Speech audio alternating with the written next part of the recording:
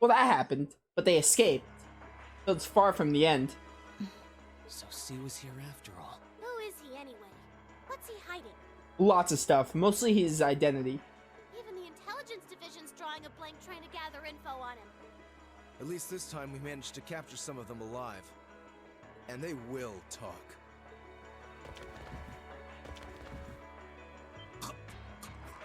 Not if they're dead, they won't. What the hell? Is this poison? What? This is bad.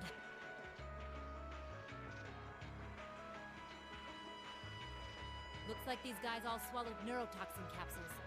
I don't think we're gonna be able to save them.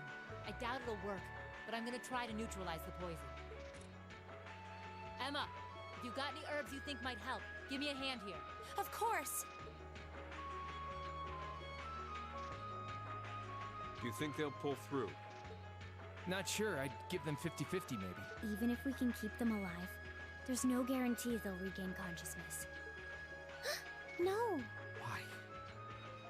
Why would they go this far? These are the kinds of people we're dealing with. They're psychopaths. With some quick thinking, hard fighting, and a little luck, we were able to stop a potentially devastating terrorist attack in its tracks. But with the political climate as it was, this incident, overshadowed by the crisis in Crossbell, was never made public. In the days that followed, we still felt shaken, our eyes newly opened to the dangers facing our homeland, both outside and within. Chapter 5, Signs and Omen, end. We're just back indoors. Up in the world. I gotta rank up, nice. I've got a little reward here for you. Keep up the good work.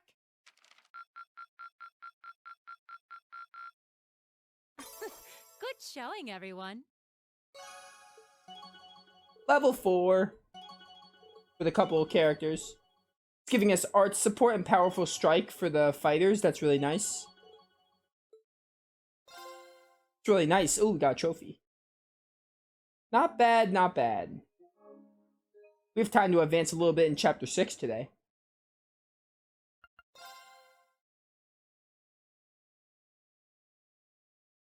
Oh my goodness, how many days is it gonna skip? Only like 14.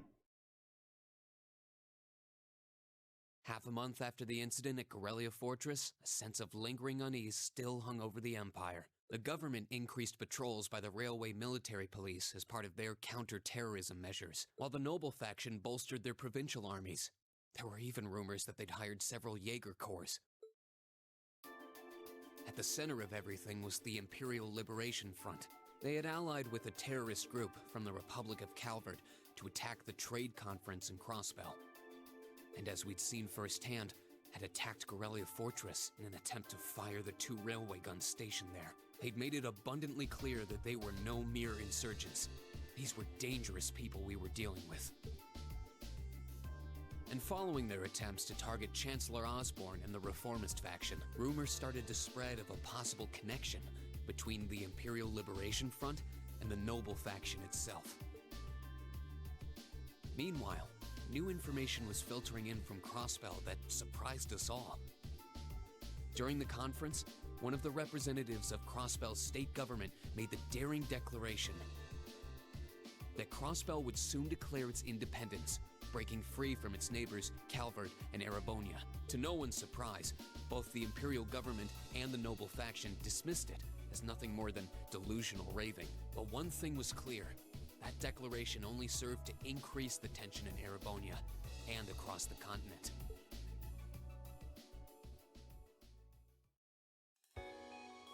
Back in Trista.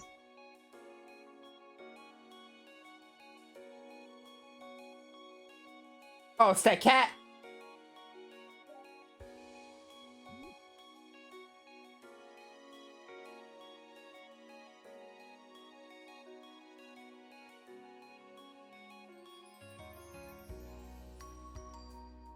On a cool, clear autumn day, the Academy's prestigious board of directors gathered for their first meeting of the year.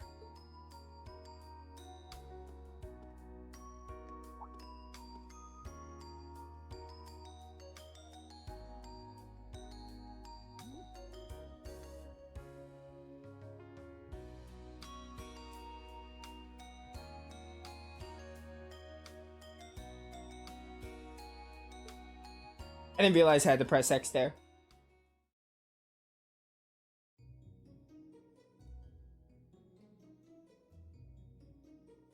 And that concludes my biannual report. Good, good. It seems the Academy is running like a well-oiled machine.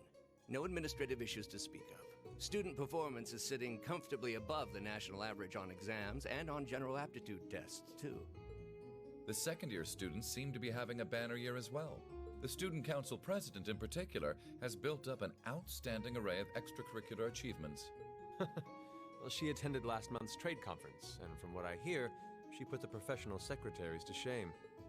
I only wish the conference could have ended on a more positive note. I'll say, the share prices of my company have been on a real roller coaster ride ever since. Undoubtedly, what happened at the trade conference has wreaked havoc on the economy as a whole. But moving on. I couldn't help but notice in the recent exam reports that Class 1 and 2's academic performance seems to be slipping. Perhaps the preferential treatment given to the upper class students is hindering their scholastic development? Well, students belonging to the nobility are allowed to return home during August to learn more about their family's lands. It's a tradition here, but one I can't help but wonder if we've outgrown the need for in this modern age. If I may, traditions accumulate and hold meaning only so long as they're preserved. Our nation's culture, its arts, its social classes, all are rich with tradition that makes Erebonia what it is. And I believe we have a duty to protect and uphold them. After all, does not this very institution champion the ideals of its founder, Emperor Dreichel's? Indeed it does. Though I've always understood Dreichel's intent to be the founding of an academy for the people. Even 200 years ago, when education was seen as the province of the nobility, male commoners were permitted to enroll. Today, we have plenty of young women attending, and the commoners easily outnumber the nobles on campus. Perhaps it's time we started taking strides to realize Emperor Dreichel's true ideal. You seem to be laboring under a few misconceptions here. Commoners were permitted to attend, but only as retainers. Retainers served knights, who served lords, who served the emperor. That's the way the Erebonian society functioned. From that vantage, the structure of the academy in its earlier days certainly seems to have embodied that social order. And if that's so, what is there to suggest that it's not the social order itself that has become the aberration? Well, for one, if that were the case, it would be far easier for me to see my views put into practice. But I can hardly get a word in edgewise between you two. Well, I'd certainly enjoy a return to the way things were in Dreichel's time, at least in that particular respect. Our apologies, Your Highness. Well, our role here is to consider your views and work toward implementing them. See what I mean? Would you be so kind as to help me out here, Principal? I'm here to moderate this board. It wouldn't do for me to express my position on the issues at hand. That said, I'm sure your passion for reform will triumph in the end, Your Highness. I suppose I should have known better than to look to my old teacher for sympathy. It warms my heart to see such a fine teacher-student relationship.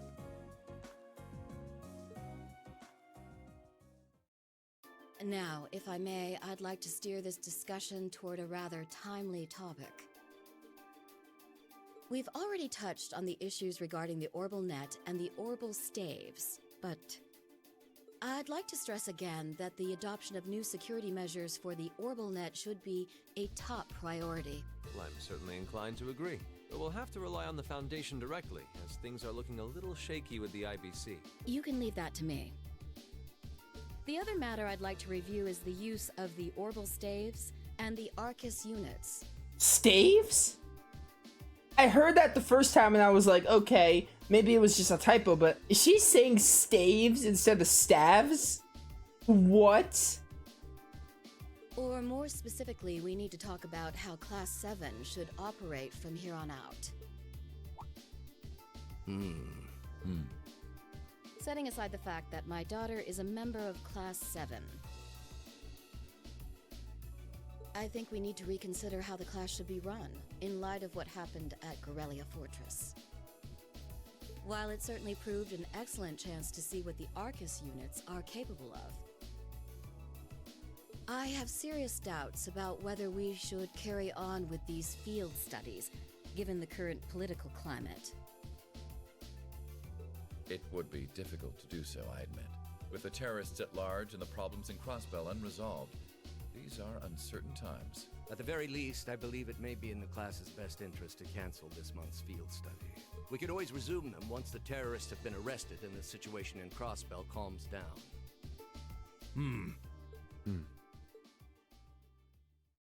Arise, O youth, and become the foundation of the world. I'm sure you all recognize the words of Emperor Drycles. They become something of a school motto here. It's my belief that Class 7's actions at Corellia Fortress perfectly embody the spirit of that directive. We can handle anything, honestly. They stood together to stop a tragedy in the making, and, in a sense, protected the foundation of our world. No one ordered them to do it. They took action of their own free will, because they knew in their hearts what was right.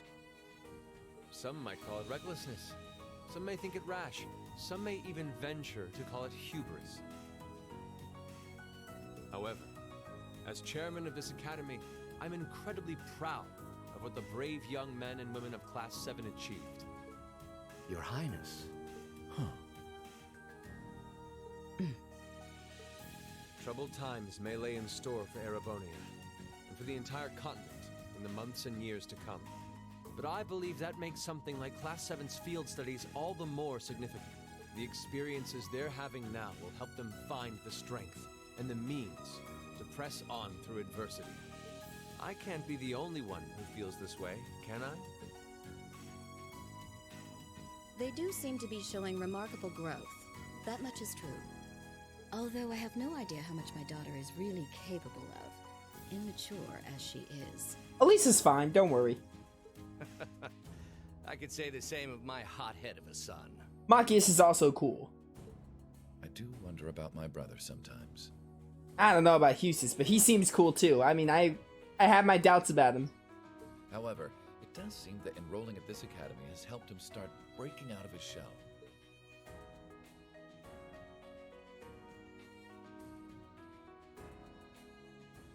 With the Academy Festival coming next month, we hadn't even planned a field study.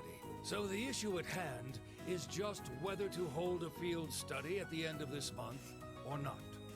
I'd like to ask those in favor of going ahead with this month's field study to please raise their hands. I hope we get a field study. This game wouldn't be the same without them. 6th period special homeroom. All right, I'd like to begin by taking everyone's ideas for our class's part in the school festival. Oh, this is a thing! We're getting a school festival in this game. 127th Military Academy Festival. The festival will run for 2 days next month, the 23rd and the 24th. Equipment setup and the other preparatory work will begin in the afternoon 2 days before the start of the festival.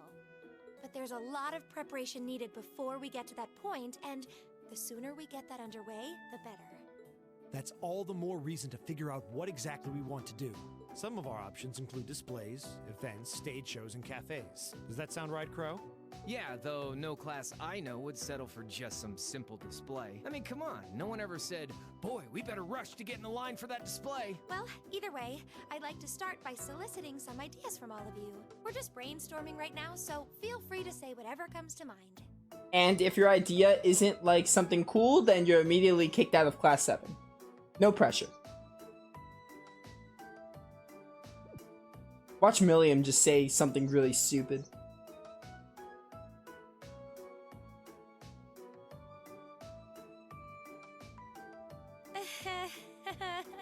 Would it kill you all to give just a teensy bit of cooperation? I know. It's just... It's kind of hard to focus right now. You're one to talk, standing up there with your nervous fidgeting. Well, I can't say I'm surprised. The board of directors is in session as we speak, deciding what'll happen to our class. And those of us with family members who sit on that board probably have even more cause for concern. You can say that again. We can't even be sure whether there'll be a field study this month. That's about the long and short of it. With everything that happened during last month's field study, it honestly wouldn't surprise me if they just canceled it. I can't say I have any particular feelings of attachment to our field studies, but I refuse to accept needless changes to our curriculum, especially with my brother involved in the decision-making process. Yeah, I can see what you mean. Makes sense to me. We also have to account for the fact that going on our field study means that much less time to prepare for the festival. So, as you can see, it presents a bit of a problem. Man, look at you guys taking this all seriously. I probably should have asked a little earlier, but what's this festival you guys keep talking about? You mean you never heard of a festival? You went through this whole time just not knowing what the festival is? I mean, you did say you should have asked earlier, but still, come on, Milliam. Wait, seriously? Oh, I'm sorry. I should have gone over that for your benefit. Every year, the students here organize and put on a school-wide festival. There are stage events, food stalls, and all kinds of things to see and do. And it generally falls to each of the first-year classes to provide the main attractions. Yeah, participating is optional for the second years, since by this point they're usually focusing on their future careers. Oh, and each of the clubs generally get involved too. Huh, that sounds fun. In that case, we have to do something. We can't just let the other classes roll over us because we're small. You say that, but I've already had one of the girls from Class 1 bluster up to me declaring that this time victory will be all ours. Class 7 is better. Class 1 sucks. What? It must have been Ferris. That sounds exactly like something she'd say. Well, Class 1 does seem to have had it in for us ever since the midterm results were announced. If it's all the same, I'd rather not see the House of High Arms claim yet another nominal victory. But we need to account for the fact that our class is markedly smaller than theirs is. That's certainly true. It'd help if we at least knew what the other classes are doing. It kind of seems like everyone's having trouble staying focused. Come on, everyone, get it together. Instructor Sarah? Isn't this a self-study period? Oh, it was. But I thought you all might like to know that the Board of Directors meeting just adjourned a few minutes ago. So I decided to skip along down here and be the first to break the news. Then? What about our next field study? Are we still on? The Chancellor's not the only one with a little too much iron in his blood, because the board voted unanimously to have you continue your field studies. Oh, let's go. You mean it? So that's how it is. You know, even though they're always hard work, I actually feel a little relieved. Considering all that happened last month, we'll need to be especially careful this time around. Still, it feels like our field studies are a big part of who we are as a class. Yeah. They're kind of a pain, but oh well. We should be grateful to His Highness and the directors. That's good news. Seeing the hard road and the easy road, then picking the hard one anyway. That's youth for you. It also sounded like His Highness and the directors will be taking off in pretty short order. So I'll let you guys out of study hall early to go see them if you want. Oh. If you say so. I think I'll take you up on that. Alright then.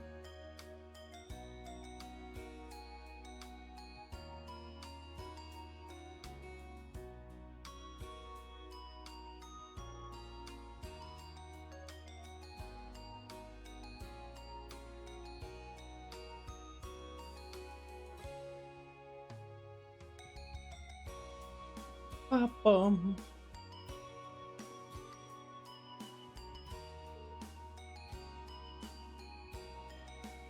Mother? Dad?